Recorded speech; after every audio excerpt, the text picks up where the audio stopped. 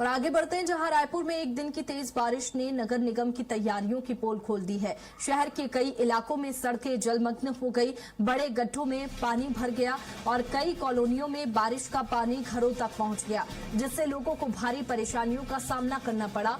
हर साल मानसून से पहले नालों की सफाई और जल निकासी व्यवस्था दुरुस्त करने के दावे किए जाते हैं, लेकिन पहले ही बारिश में व्यवस्थाएं जवाब देती नजर आई। पूर्व महापौर प्रमोद दुबे ने निगम परिषद पर लापरवाही और भ्रष्टाचार के आरोप लगाए हैं। उनका कहना है कि पर्याप्त बजट होने के बावजूद सफाई व्यवस्था पर ध्यान नहीं दिया गया। अब सवाल उठ रहा है कि अगर एक दिन की बारिश में ये हाल है तो पूरे मानसून में राजधानी की स्थिति कैसी होगी।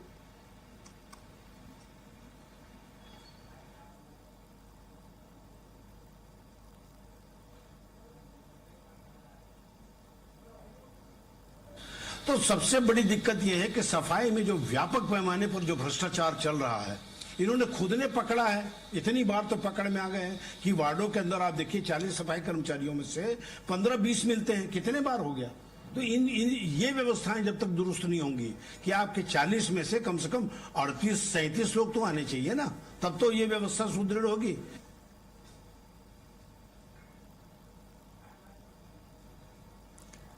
सड़कों पर जल भराव जैसी स्थिति देखने को मिल रही है, घरों तक पानी पहुंच गया है। बता दें कि नालों की सफाई और मरम्मत के पूरे जो दावे किए जाते हैं निगम की ओर से, वो फेल होते हुए दिखाई दिए हैं। ये तस्वीरों से ही आप समझ सकते हैं। जल भराव की स्थिति किस तरीके से होती है वो मैं दिखाने का प्रयास करूंगा। रायपुर नगर निगम का ये क्षेत्र है और इसे देखा जाए तो रायपुर जो पश्चिम विधानसभा है वहां पर ये आता है और इस पर सुंदर नगर का इलाका है। कहा जाता है कि इसके बसाहट के लेकर के काफी डेवलपमेंट्स के काम यहाँ पर किए गए हैं, लेकिन उसके बाद की स्थिति मैं यहाँ पर दिखाने का प्रयास करूंगा कि किस तरीके से जल भराव यहाँ पर होता है। और ऐसी स्थिति से निपटने का दावा लगातार निगम करते हुए आया है कि यहाँ पर जो ड्रेनेज सिस्टम है उसे क्लीन करने का काम किया गया था, सभी तरीके के कचड़े निकालने का प्रयास किया गया था, लेकिन ये जो पानी यहाँ पर पूरी तरीके से भर चुका है। अंकल से बात करेंगे। अंकल, आपकी गाड़ी पानी में बंद हो गई है? गाड़ी पानी में बंद हो गई है। कहाँ से आ रहे हैं आप? मैं डंगनिया से आ रहा हूँ। क्या लगता है क्यों इस तरीके से जल भराव होता है? क्योंकि साफ सफाई नहीं होता। नगर निगम वाले तो दावा करते हैं कि सभी तरीके के जो गंदगी वो साफ करते हैं। क्या करोगे आप?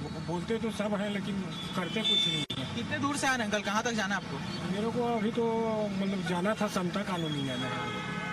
आपके मोहल्ले में कैसा जल भराव का स्थिति?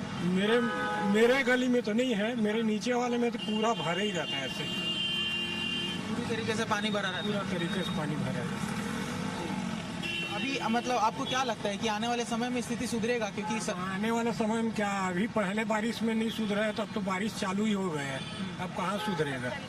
ये है बोलिए कचड़ा वचड़े को डाल देते हैं ना नाली वाली में, उसी का है और कुछ नहीं है। दिल्ली कचड़ा वचड़ा सब डाल देते हैं, वो तो हम लोग को भी समझना चाहिए।